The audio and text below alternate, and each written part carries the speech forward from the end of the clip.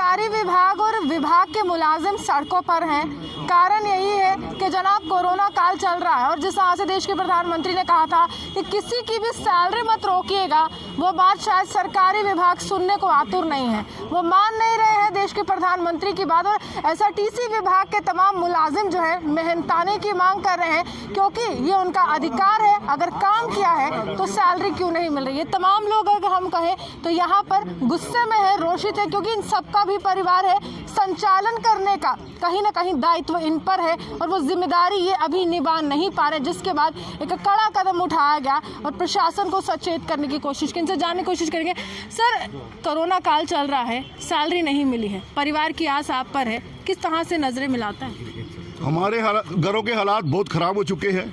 घर में हमें बहुत परेशानी है, बच्चों को फी नहीं जा रही है, खाने पीने के लिए लाले पड़े हुए हैं। हमारे हालात इतने ख़राब हैं कि हम कभी तो ये सड़कों पे निकले हैं और इसीलिए हम गवर्नमेंट को बार बार चेता रहे हैं कि इसके लिए कोई वन टाइम सोल्यूशन ढूंढिए, नहीं तो ये कॉर्पोरेशन इस तरीके के साथ नहीं चल पाएगी। एसआरटीसी ने किस तरह से यहाँ पर देश की सेवा की है जब कोरोना काल था? जब कोरोना काल था पूरे हिंदुस्तान में सब डिपार्टमेंट बंद थे। हमारे JNK में पूरे डिपार्टमेंट सब बंद थे, जो सरकारी कार्यालय हैं जितने के थे सब के सब बंद थे। एक सिर्फ SRTC को अलाउ किया गया था कि ये लोगों की पब्लिक सर्विस ऑर्गेनाइजेशन के तौर पे ये काम करेगी। और हमने अपने ड्राइवरों को घरों से लाया, घरों से ला के और यहाँ लोगों की सेवा के लिए हमने उनको यहाँ पे लगा दिया। और लोग यहाँ ही नहीं, JNK में ही नहीं, ये कोटा कहाँ है, UP border, Nepal border, Pakistan border, कोई जगह ऐसी नहीं थी जहाँ के हमारे JNK के लोग बाहर थे, तो उनको वहाँ से उठा के हमारी गाड़ियों में, SRTC की गाड़ियों में उन लोगों को अपने अपने घरों में पहुँचाया।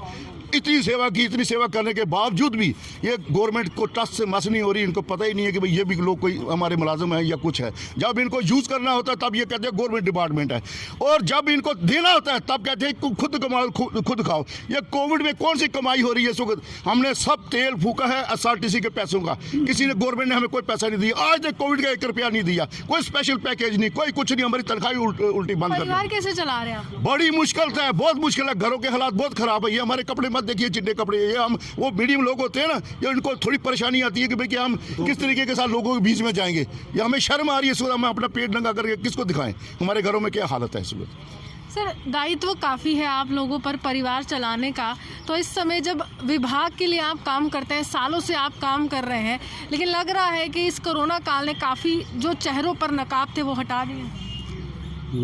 मैम, बात ऐसे है कि जब कोरोना काल में 23 मार्च को लॉकडाउन अनाउंस हुआ रात को 8 बजे, शायद हमारे जेब में कर्फ्यू पासेस 24 के बने होंगे। मतलब DC जम्मू की उस समय सबसे प्रायोरिटी ये थी कि आप सबसे पहले SRTC वालों को घर से निकालो, ताकि इनके जितने भी मतलब माइग्रेंट लेबर थे या JNK के माइग्रेंट्स जो बाहर थे उनको कहीं न कहीं से लाओ।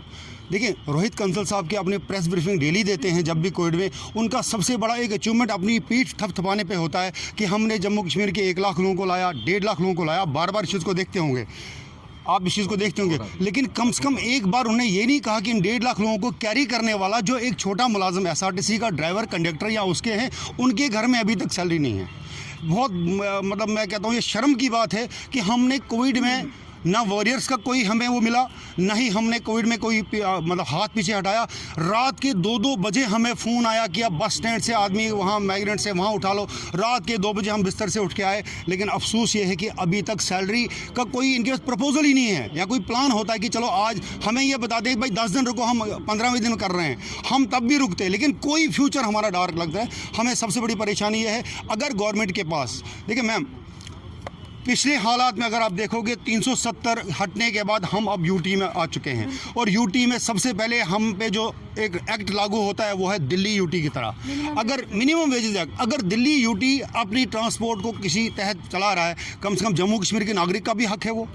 तमाम स्टेटों में मतलब तमाम स्टेटों में कॉर्पोरेशन, बाकी प्रॉफिट कहाँ लॉस क्या मुझे पता। कौन सा डिपार्टमेंट किसी अधिकारी से मिलने की कोशिश की, अपनी आवाज़ पहुंचाने की कोशिश की? हाँ, हमें एडवाइजर साहब से मिले, हम उनसे बात हुई। उन्होंने कहा हम आपसे 15 दिन का टाइम दिया था उन्होंने, हम आपके MD के साथ में और कमिश्नर सेक्रेटरी साहब के साथ बैठ के हम मीटिंग करेंगे, उसके लिए आपको कुछ हल ढूंढेंगे। लेकिन आज तक कोई हल नहीं ढूंढा। नहीं, 15 दिन हो गए हैं, आज कोई नहीं, कुछ नहीं हुआ, उनके कुछ नहीं किया। उसी के लिए हम फिर दोबारा हम आज सड़कों पर आ गए। अभी लग रहा है कि अगर इसी तरह से आप चलते रहे तो परिवार का आगे जो है कहीं ना कहीं संचालन वो खतरे में।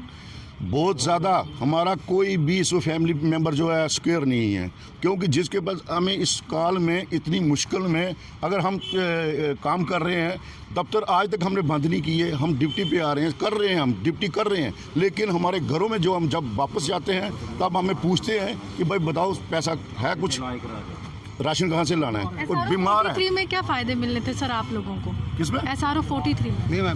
SRO 43 जो वो है जिसमें जो भी कोई हमारा इन सर्विस कोई एम्प्लॉई अगर उसकी डेथ हो जाती है, उसकी जगह उसका बेटा लग सकता है, अपॉइंट होता है, लेकिन उन्होंने वो भी बंद करके रखा। और आज तो छोड़िए, जो डिपार्टमेंटली प्रमोशन जो इस डिपार्टमेंट में डिपार्टमेंट खुद भी कर सकता है, हमें 10 साल हो गए एक ही पोस्ट पर बैठे हुए, हमारी आज तक कोई प्रमोशन नहीं है। और 157 एक SRO है जिसमें तमाम गवर्नमेंट डिपार्टमेंट जितने भी हैं वो सिर्फ केवल SRTC के साथ वही, इससे अगर उनको कहीं भी अपनी कैरी करना है, सामान कुछ ढोना है तो वो SRTC को अप्रोच करेंगे और SRTC ही उनका सामान जो पहुंच जाएगी। वो भी गवर्नमेंट ने बंद करके प्राइवेट ठेकेदारों को दे दिया, वो भी प्राइवेट ठेकेदारों को दे दिया, हमसे छीन लिया। उसमें हमें कमीशन आती थी, कुछ 4 पैसे आते थे, वो भी हमारे सोर्सेज इन्होंने बंद करके रख दिया। शुक्रिया। साफ तौर पर निजीकरण की मार इस विभाग पर भी पड़ी है और स्पष्ट रूप से सवाल यही है कि आखिरकार ये लोग अपने संचालन कैसे करेंगे। जब कोरोना काल हुआ, बहुत से छात्र अलग राज्यों में फंसे हुए थे, पढ़ाई कर रहे थे, पढ़ रहे थे, लेकिन कहीं ना कहीं इसी विभाग पर नजरें थी कि विभाग जो है किस तरह से अपना दायित्व समझता है, तमाम छात्रों को जम्मू कश्मीर वापस लाने का काम करता है। हालांकि यहाँ पर प्रशासनिक अधिकारी दमखम से ये कहते हैं कि तमाम जो छात्र हैं वो गृह राज्य आ चुके हैं या फिर हम कहें जम्मू कश्मीर में आ चुके हैं, यूटी में आ चुके हैं, लेकिन सवाल यही है जिन्होंने उनको घर पहुंचाया, आज उनका घर का चूल्हा कौन जलाएगा? ये अहम सवाल है और ये सवाल जो है तमाम प्रशासनिक अधिकारी से पूछा जा रहा है कि आखिरकार हमारा कसूर क्या था? हमने देश की सेवा की, क्या आपने हमारे परिवार के लिए सोचा, हमारे बच्चों के लिए सोचा, हमारे माँ बाप के लिए सोचा, जो हमेशा हम पर नजरें टिकाए हुए हैं कि हम ही परिवार का संचालन करने वाले हैं। इसी के साथ जर्नलिस्ट पारिस के साथ मैं रूहानी आपसे विदा लेती हूँ। नमस्कार।